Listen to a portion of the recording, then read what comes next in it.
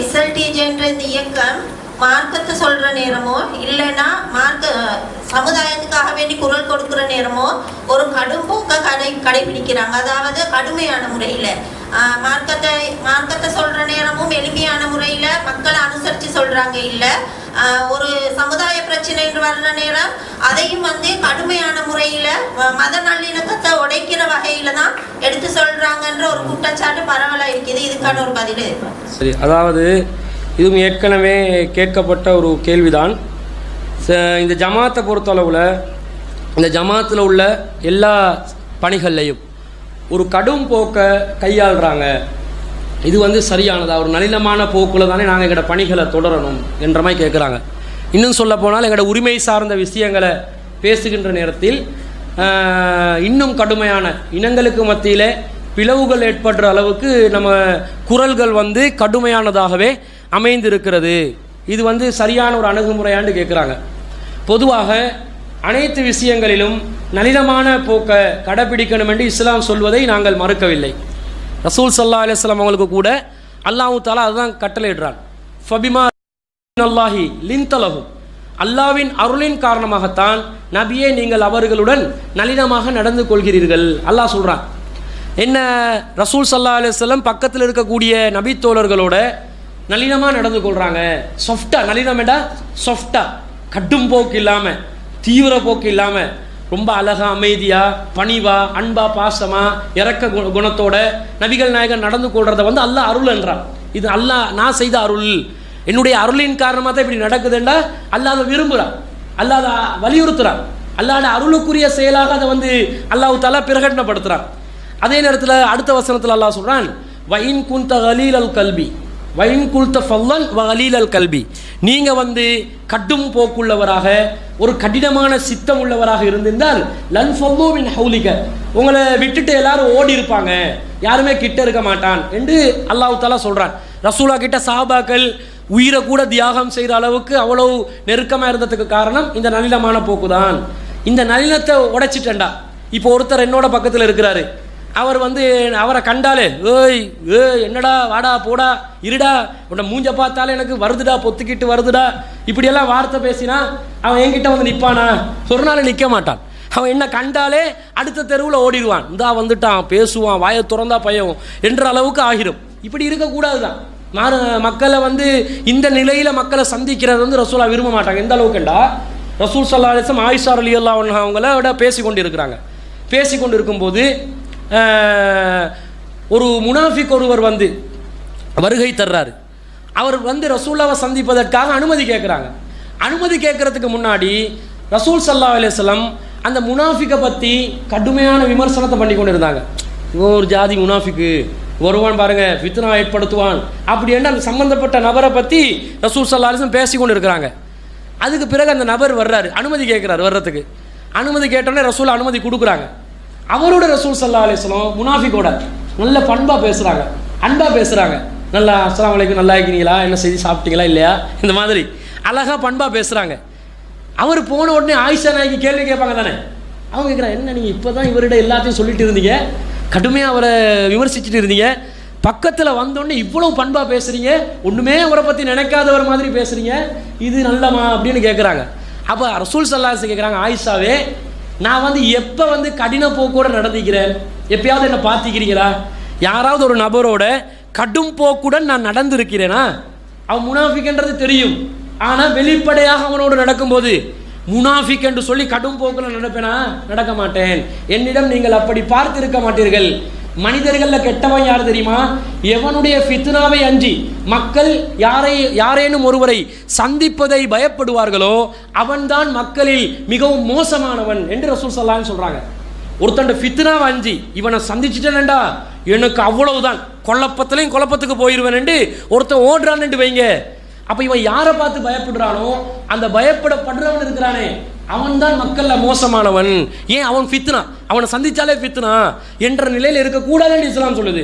இதையெல்லாம் நாங்கள் மறுக்கவில்லை. அந்த மாதிரி தான் இருக்கணும். நளினமா பண்பா தேவையான வார்த்தைகளில் அழகான முறையில் மக்களோட நடக்கணும். ஆனால் எந்த இடத்துல எப்படி நடக்கணும் என்று இஸ்லாம் சொல்லுதா இல்லையா? இதே நபிகள் நாயகம் ஸல்லல்லாஹு அலைஹி வஸல்லம் ஒரு இப்னு லுத்துபியாக்கு எப்படி பேசினாங்க?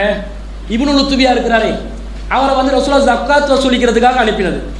ஜக்காத்தை வசூலிச்சு வாங்கினது அவர் அனுப்பினது. அவர் போயிட்டு ஜக்காத்தை வசூலிச்சுட்டு வந்து என்ன சொன்னார்? இது எனக்கு அன்பளிப்பாக கிடைச்சது, இது பைத்துல் மாலுக்கு வந்தது, இப்படி தானே சொன்னாங்க. இப்போ நான் ஏற்கனவே சொன்னேன், அந்த ஆதாரங்கள் அடிப்படையில் ரசூலுல்லாஹ் இவரோட எப்படி நடந்திக்கணும்? ஏற்கனவே சொன்னேன், எக்காரணத்தை கொண்டு திட்டக்கூடாது, நளினமாக தான் நடக்கணும், பண்பாக தான் இருக்கணும், பாசமாக தான் பேசணும், அழகான முறையில் சுட்டி காட்டணும், அழகிய அணுகுமுறையில், இப்படி தானே. இந்த முறையில் இப்னுல் உத்பியாவுக்கு நபிகள் நாயகம் ஸல்லல்லாஹு அலைஹி வஸல்லம் அவர்கள் எப்படி சொல்லி இருக்கணும்? அவர் வந்த உடனே, இப்னுல் உத்பியாவே, இப்படி நீங்கள் செய்யலாமா? நான் உங்களை எதற்காக அனுப்பினேன்? ஜகாத் வசூலிக்கத்தானே அனுப்பினேன். நீங்கள் ஜகாத்தை வசூலித்து இது உங்களுக்குரியது, இது பைத்துல் மாலுக்குரியது என்று எப்படி பிரித்து காட்டலாம்? அப்படி செய்யாதீர்கள், அப்படி செய்வது மோசடி ஆகும். மோசடி செய்தால் மறுமையில் அல்லாஹ் தாலா வந்து பல இருள்கள் எங்களை மூழ்கடிக்க வச்சிருவான், எங்களுக்கு அல்லாஹ் தண்டனையை கொடுத்துருவான், இப்படி சொன்னாங்களா? என்ன செஞ்சாங்க? உடனே இந்த மாதிரி ஒரு மிம்பருக்கு ஏறுறாங்க. இப்னுல் உத்பியா வந்து சொல்கிறாரு, அவரோட முகத்தை பார்த்துட்டு அப்படியே மிம்பருக்கு ஏறுறாங்க. ஏறிட்டு, நாங்கள் ஒருவரை ஜகாத் வசூலிப்பதற்காக அனுப்புகிறோம், அவர் ஜகாத்தை வசூலித்து வந்துவிட்டு இது எனக்குரியது, இது பைத்துல் மாலுக்குரியது என்று பிரித்து காட்டுகிறார். இவருடைய உம்மா வீட்டில் இருந்திருந்தால், வாப்பா வீட்டில் இருந்திருந்தால் இவருக்கு அன்பளிப்பு கிடைச்சிருக்குமா அப்படின்னு கேட்குறாங்க. என்ன சொல்ல வர்றாங்க? சமூக பணி என்று வந்தால், சமூகம் சார்ந்த விஷயம் என்று வந்தால், சமூக பொது விஷயத்தில் பொது நிதியில கையடிக்கிறான். வந்தா எப்படி பேசணும்? உன்னோட உம்மா வீட்டில் இருந்தா, உன்னோட வாப்பா வீட்டில் இருந்தால் உனக்கு கிடைக்குமா? இது ஹதீஸ்ல வருது, உம்மா வீட்டில் வாப்பா வீட்டில். அதை நாங்கள் சொல்லும்போது, இவர் தன்னுடைய தாய் வீட்டில் இருந்திருந்தால், தந்தை வீட்டில் இருந்திருந்தால் இவருக்கு இது கிடைத்திருக்குமான்னு நாங்கள் அழகான வார்த்தையில் சொல்றதுனால அது விலகுது இல்லை. எப்படி சொல்லிப்பாங்க? அதை ஒரு திருட வர்றான், திருடி ஒரு பொருளை திருடிட்டு போறான். போகும்போது, நீங்கள் உங்களுடைய தாய் வீடென்று நினைத்தா திருட வந்தீர்கள், உங்களுடைய தந்தை வீடென்றா நினைத்தா திருட வந்தீர்கள், இப்படி கேட்போமா? டேய், உன்னோட உம்மா வாப்பா விட்டு சொத்தாடா இது, நீ பாட்டுக்கு அள்ளி கொண்டு போறாய், எப்படி கேட்டிப்பாங்க? அந்த இடத்துல உள்ள ஃபோர்ஸை பார்க்கணும். அப்போ அந்த இடத்துக்கு ஏற்ற மாதிரி தான் உம்மா வாப்பா வீட்டில் இருந்தால் உங்களுக்கு கிடைக்குமா? நீங்கள் பாட்டுக்கு வருவீங்களா, எடுப்பீங்களா, போவீங்களா? பொது விஷயம் என்று வந்தால் நிற்பாங்க. அப்போ மார்க்க விஷயத்தில் கூட என்ன சொல்லுது மார்க்கம்? நளினமாக நடந்துக்கோங்க. இதே நேரத்தில் சில சந்தர்ப்பங்களில் ஒரு சிலர் வரம்பு மீறுவார்கள், ஒரு சிலர் வந்து அவங்க முறைகேடாக நடந்து கொள்வாங்க, ஒரு சிலர் அவர்கள் தவறு செய்துவிட்டு இந்த இஸ்லாம் மீதும் குர்ஆன் மீதும் நபிகள் நாயகம் மீதும் இந்த இஸ்லாமிய உம்மத்து மீதும் இந்த தவறுகள் அப்படியே பழி போட்டுருவாங்க. இப்படிப்பட்ட நபர்கள் வரும்போது எப்படி நாங்கள் வந்து அதை அணுகணும்? ஒன்று கொண்டு தான் நிற்கணும். அந்த இடத்துல நாங்கள் வந்து நளின போக்குன்ற பேரில் நாங்கள் வந்து கோழைகளாக, தொடை நடுங்கிகளாக பேச முடியாது. அதுக்குரிய ஆதாரத்தை பாருங்க. எப்படின்னு சொன்னால், அல்லாஹ் தாலா நபிகள் நாயகத்துக்கு ஏகத்துவத்தை சொல்கிறான். நீங்கள் வந்து மக்களுக்கு ஏகத்துவத்தை சொல்லுங்க.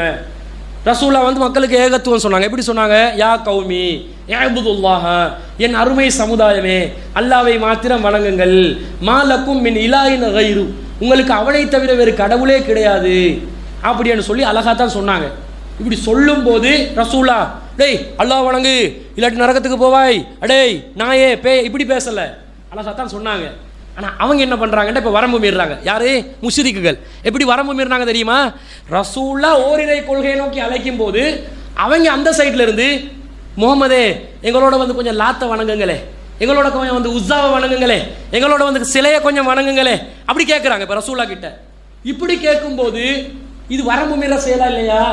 நான் ஒரு கொள்கையை பிரச்சாரம் பண்ணும்போது நளினமான வார்த்தை, அழகான வார்த்தை, சத்தியத்தை சொல்லணும், திட்டவும் கூடாது, அழகா சொல்லிட்டேன். சொல்லும்போது அதுக்கு ரிப்ளை கொடுக்குறவங்க என்ன சொல்லணும்? ஒன்று சரியண்டு ஏற்றுக்கொள்ளணும், இல்லை முடியாதுன்னு மறுத்துடணும். இவ்வளவு தானே. அவன் என்ன பண்ணுறான்டா, திருப்பி வரம்பு மீறி என்ன கேட்குறான்? எங்கட சிலையை கொஞ்சம் வணங்க வாரீங்களா, எங்கட கடவுளை வணங்க வாரீங்களா, கொஞ்சம் வந்து வணங்குங்களே, இப்படி கேட்குறான். கேட்கும்போது அவன் வந்து அவன் வரம்பு மீறான், அவன் விதண்டாவாதம் புரிகிறான். இந்த டைம்ல ரசூலுல்லாஹ்க்கு எப்படி பதில் சொல்றான்டால்வா? 39வது அத்தியாயத்தில் 64வது வசனத்தில் அல்லாஹ் சொல்றான், குல் நபியே சொல்லுங்க, அஃப கைரல்லாஹி தஅமுருனி அஅபுத அய்யுஹல் ஜாஹிலூன், நபியே சொல்லுங்க, அல்லாஹ் அல்லாதவர்களை நான் வணங்க வேண்டும் என்று எனக்கே கட்டளை இடுகிறீர்களா மடையர்களே, அப்படி பேச சொல்றான். பதில் எப்படி கொடுக்க சொல்றான்? மடையர்களே, மட்ட சாம்பிராணிகளே, நானே ஓரிரை கொள்கை என்று சொல்லிக் கொண்டிருக்கிறேன், அதை ஏற்றுக்கொள் அல்லது நிராகரித்து விடு. நீ ஓன் கடவுளை வணங்க சொல்லி எனக்கு கட்டளை இடலாமா? இப்படி சொல்லலாமா? உன் மார்க்க பிரச்சாரத்தை நீ செய்யறது வேற. நீ தான் மார்க்க பிரச்சாரம் இதுவரைக்கும் பண்ணல. நீ எல்லா குட்டை எல்லாருமே ஒரே குட்டல உருள மட்டை என்ற நிலையில உன்னுடைய பணிகளை செய்தாய். இப்ப எப்படி நீ வந்து எனக்கு உன்னுடைய கடவுள்களை வணங்குமாறு கட்டளையிட முடியும் என்று அந்த இடத்துல கோவப்பட்டு ஆரம்பத்தில் பணிவாக பேச சொன்ன அல்லாஹ் இந்த இடத்துல எப்படி பேச சொல்றான்? ஃபர்ஸ்ட்டுக்கு யா கௌமி என்று சொல்ல சொல்றான், என் சமுதாயமே என்று சொல்ல சொன்னான். இந்த இடத்துல ஐயுஹல் ஜாஹிலூன், மடையர்களே அப்படி சொல்ல சொல்றான். அப்ப இடத்தை பார்க்கணும், எந்த இடத்துல எப்படி பேசுறோம் என்றதை பார்க்கணும், பார்த்து தான் அந்த இடத்துக்கு பதில் கொடுக்கணும் என்றதை நாங்கள் இஸ்லாத்தில் விளங்கி கொள்றோம். இப்போ எங்களை பொறுத்தளவு எங்களோட ஜமாத் சார்பாக நாங்கள் 2005ஆம் ஆண்டுலேருந்து களப்பணி செய்கிறோம். இந்த ஜமாத் எப்போ உருவாக்கப்பட்டுச்சு? 2005ஆம் ஆண்டு. அந்த காலத்திலிருந்து களப்பணி கிட்டத்தட்ட அதுக்கு 5-4 வருடங்களுக்கு முன்பதாகவே இந்த ஜமாத் சம்பந்தப்பட்ட சகோதரர்கள் இந்த களத்தில் வந்து பணிபுரிஞ்சு கொண்டு தான் இருந்தாங்க. எப்பயாவது எல்லாத்தையும் வீணா வம்புக்கு இழுக்கிறதும், எல்லாத்தையும் திட்டி தீர்க்கிறதும், எல்லாரையும் விமர்சிக்கிறதும், எல்லாத்திலையும் மானத்தை புடுங்கிறதும் வாங்குறதும் இதான் எங்களோட வேலையா? இவ்வளவு வருஷ காலத்தில் எவ்வளவு தாவா பணிகள் பண்ணிக்கிறோம், எத்தனை பேரை சந்திச்சிருக்கிறோம், எத்தனை விவாத களங்கள், எத்தனை பயான் மேடைகள், எத்தனை ஜும்மா மேடைகள், எத்தனை பொதுக்கூட்டங்கள், எத்தனை மாநாடுகள் எவ்வளவு நடந்திருக்குது, எத்தனை தனிநபர் சந்திப்பு, எத்தனை கேள்வி பதில் நிகழ்ச்சிகள் எத்தனையோ நடந்திருக்குது. எல்லாத்துலேயும் வாரவம் போகிறவங்கெல்லாம் கடும் போக்கில் டேய் கேள்வி கேட்பியா அட்டை புட்டை இப்படியா பேசுகிறோம்? நல்லா தான் பேசுகிறோம், அன்பாக தான் பேசுகிறோம், பண்பாக தான் பேசுகிறோம். சில இடங்களில் சிலருடைய தோல் உரிக்க வேண்டிய நிலை வந்தால் அதை தோல் உரிக்கிறது மார்க்கம் சொல்கிற கட்டளை, உரிச்சு தான் ஆகணும். அந்த இடத்துல பூசி நழுவி அசத்தியத்துக்கு வக்காலத்து வாங்கி நீங்களும் சரி நாங்களும் சரி என்ற இந்த லக்குந்தீனுக்கும் வழியதையும் சரி வராது. அந்த இடத்துல கடுமையாக நடக்கிறது இருக்குது.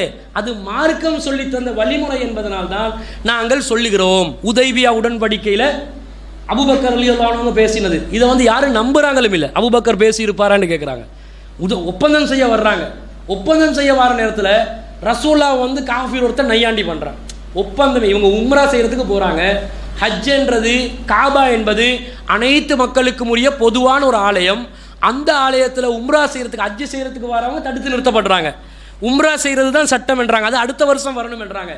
அப்படி சொல்லும் போது கூட ஒப்பந்தத்தை சைன் பண்ற டைம்ல காஃபிர் ஒருத்தன் ரசூலாவை நையாண்டி பண்றான். ரசூலாவுக்கு தேவையில்லாத வார்த்தையை சொல்றான். உடனே அபூபக்கர் ரலியல்லாஹு அன்ஹு அவர்கள் நளினத்துக்கு எடுத்துக்காட்டு அவங்க தான் அன்பா பாசமா பேசுவாங்க. என்ன சொன்னாரு? உம்சுஸ் பி பகுவிலாத், நீ லாத்துடைய மர்மஸ்தானத்தை சுவைத்து விடு அப்படி என்றாங்க. லாத் என்ற ஒரு பெண் சிலை, லாத் என்பது ஒரு ஆண் சிலையும் இல்லை, பெண் சிலை.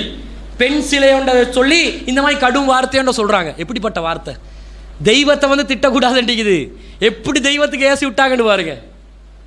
அப்ப இந்த அந்த இடம் வரும்போது அது அபூபக்கர் ரலியல்லாஹு அன்ஹு பக்கத்துல ரசூலா இருக்கிறாங்க. ரசூல் ஸல்லல்லாஹு அலைஹி வஸல்லம், என்ன அபூபக்கரே இப்படி வார்த்தை இந்த டைம்ல? எந்த இடம் அது? சமுதாயத்தில் நல்லிணக்கத்தை ஏற்படுத்துறதுக்காக வார்த்தையை ஒழுங்கா பயன்படுத்தணும் என்றாங்க. நல்லிணக்கத்துக்கான ஒப்பந்தம் செய்யும் போதே அடிச்சு விட்றாங்க வார்த்தையை. என்ன சொல்ல வர்றீங்க? என்ன ஆயுதம்? நீங்க ஆயுதம் ஏந்திய கூட்டம் என்றதுனால நாங்க தலை குனிஞ்சு போகணுமா? ஒப்பந்தத்தை ஒழுங்கா போட்டோமா போனோமாண்டிரி இந்த மாதிரி வேலை பார்த்தா இந்த கடவுளை இழுத்து கூட பேசுறதுக்கு தயங்க மாட்டோம் என்று தைரியமா பேசினாங்களே இல்லையா? இப்ப அபூபக்கர் ரலியல்லாஹு அன்ஹு அவர்களை இந்த பார்வையில் பார்க்குறவங்க எப்படி சொல்லுவாங்க? நளினம் தெரியாதவர், நல்லிணக்கம் புரியாதவர், சமூகங்களுக்கு மத்தியிலே பிரிவினை ஏற்படுத்தக்கூடியவர். ஆனா அல்லாஹ்வுடைய கணக்கு எப்படி? அபூபக்கர் சொர்க்கத்திலே இருப்பார், வல் உமரு ஃபில் ஜன்னா, உமர் சொர்க்கத்திலே இருப்பார். சொர்க்கத்துக்கு நற்செய்தி பெற்றவங்க இவங்க. அப்ப இடம் பொருள் ஏவலை வச்சு வார்த்தைகள் பயன்படுத்துவது சரிதான் என்பதை மார்க்கமும் சொல்லுது. நாங்களும் இயற்கையாக விளங்கி வச்சிருக்கிறோம்.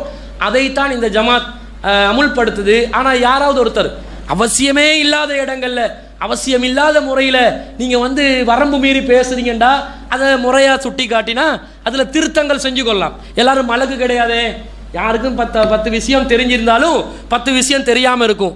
நல்லா பேசினாலும் இன்னொரு இடத்துல கெட்டதா பேசத்தான் செய்வாங்க. அப்ப அதை முறைப்படி சுட்டி காட்டப்பட்டால் திருத்தங்கள் செய்வதற்கு இந்த ஜமாத் தயார் என்று சொல்லுது. இதை விட என்ன வேணும் என்று கேட்கிறார். நாங்க பிடிச்ச மொசலுக்கு 3 கால் என்று சொல்ற கூட்டமா இது? ஆதாரத்தை காட்டுங்க, நியாயமா அணுகுங்க, தவறுகளை சரி செய்வோம் என்ற மனநிலையில் இந்த ஜமாத் செயல்படுகிறது. அந்த அடிப்படையில் அவசியமே இல்லாத இடத்துல தேவையில்லாம பேசுறாங்கண்டா அதுக்கு ஆதாரத்தோட சுட்டி காட்டுங்க. சரியான ஒரு சுட்டி காட்டுதலா இருந்தா திருத்தி கொள்வோம், இல்ல தவறுதலான ஒரு சுட்டி காட்டுதலா இருந்தா அதை வந்து தவறு என்பதை நாங்க திருப்பி என்ன செய்வோம், விலக்கி சொல்லுவோம்.